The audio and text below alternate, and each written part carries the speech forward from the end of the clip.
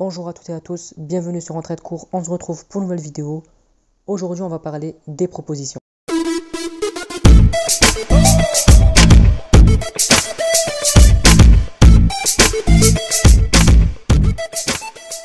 Alors, il existe trois différentes propositions. La proposition de juxtaposition, la proposition de coordination et la proposition de subordination. Pour les propositions de subordination, on verra qu'il y en a 4 de différents. Là, je vous ai peut-être déjà perdu, mais ne vous inquiétez pas, on va voir tout ça en détail. D'abord, la juxtaposition, en fait, c'est tout simplement le fait que les propositions juxtaposées sont reliées par un signe de ponctuation. En gros, une virgule, un point-virgule, deux points, etc. Par exemple, ici, on a la phrase « Je mange du chocolat, j'adore ça ». On peut voir que dans cette phrase, il y a deux verbes conjugués.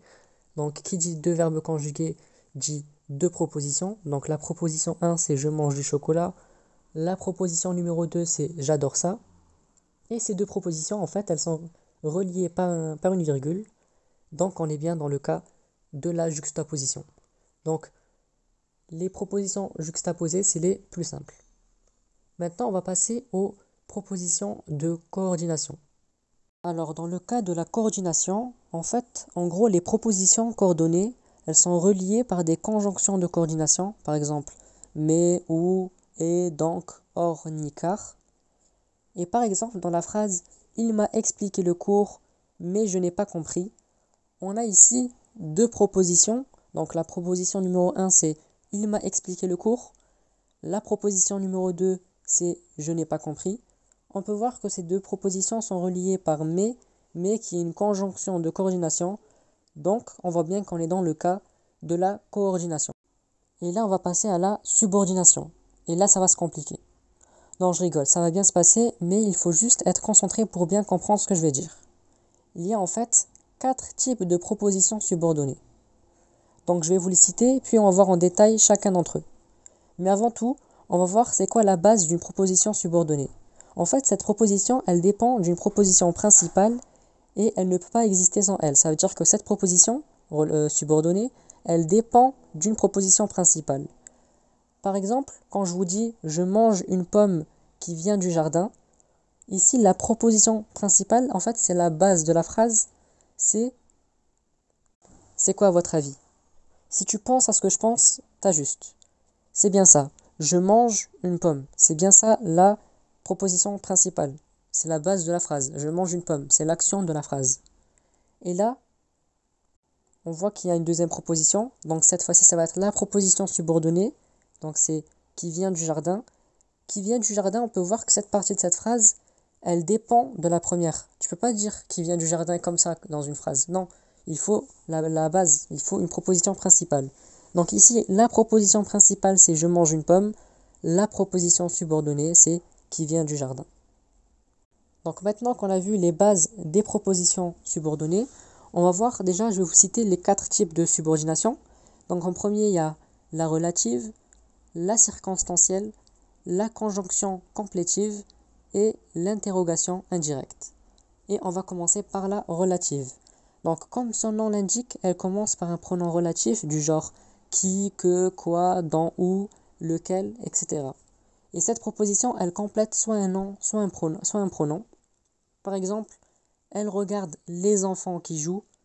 La proposition principale ici, c'est elle regarde les enfants. Et la proposition subordonnée relative, c'est donc qui joue. Pourquoi? Parce qu'en fait, qui, c'est le pronom relatif. Donc voilà, là, la proposition relative, normalement, c'est la plus simple de toutes les propositions subordonnées. Maintenant, on va passer à la circonstancielle. Et c'est quoi sa particularité? Cette proposition, elle indique les circonstances d'une action. Elle commence par une conjonction de subordination ou une locution conjonctive.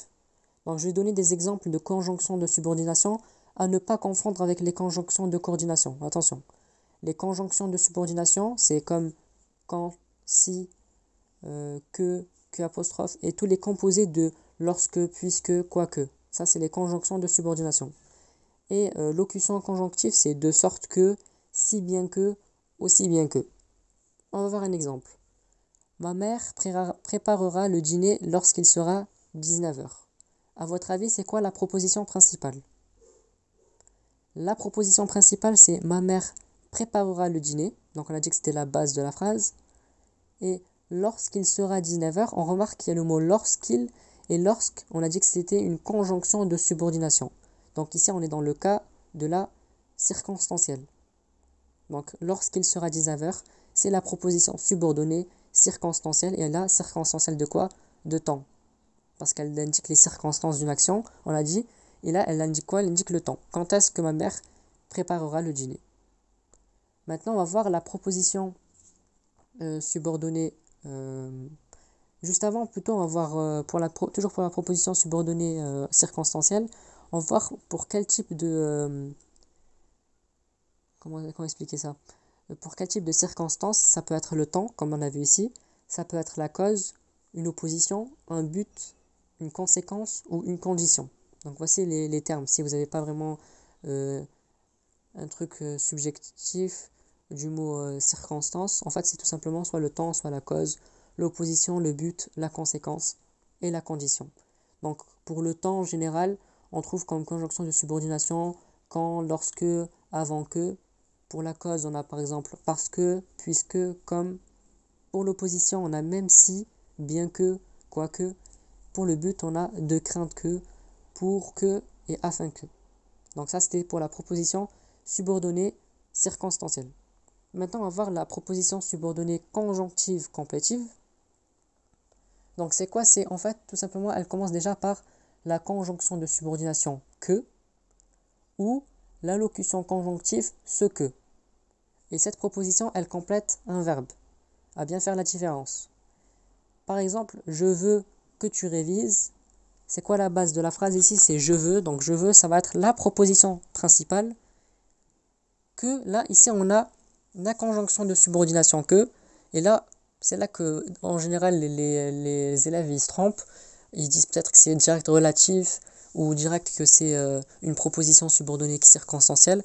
Non, il faut faire attention. Ce que, certes, c'est un pronom relatif, mais c'est quoi qui est après? C'est que tu révises. Et là, que tu révises, ça complète quoi? Ça complète le fait que je veux. Je veux que tu révises. C'est moi qui veux que tu révises. Tu vois ce que je veux dire? Donc ici, que tu révises, ça va être une proposition subordonnée conjonctive complétive. Et la dernière, c'est la proposition subordonnée interrogative indirecte. Cette proposition, elle permet de poser indirectement une question dans une phrase de type déclaratif.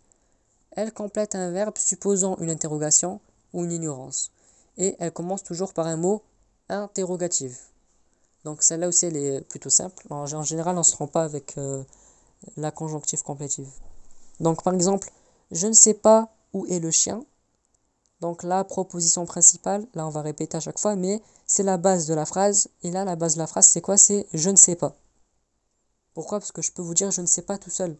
Je peux vous le dire sans ajouter une proposition. Mais là, il y a une proposition derrière. Et cette proposition, c'est où est le chien?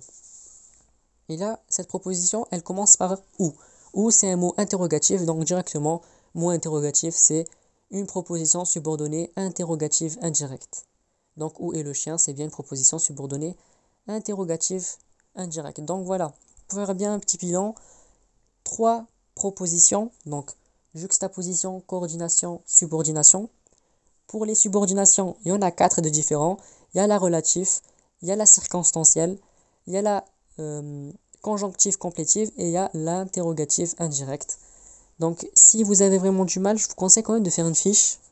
En général, il y en a plein qui vous disent ne faites pas de fiche de révision, ça sert à rien, mais faites-vous une fiche quand même qui fait bien le bilan pour bien les différencier, parce qu'une fois que vous avez cette fiche, vous allez faire vos exercices. À chaque fois, le but des exercices, c'est de déterminer la nature des propositions, quel type de proposition c'est, etc.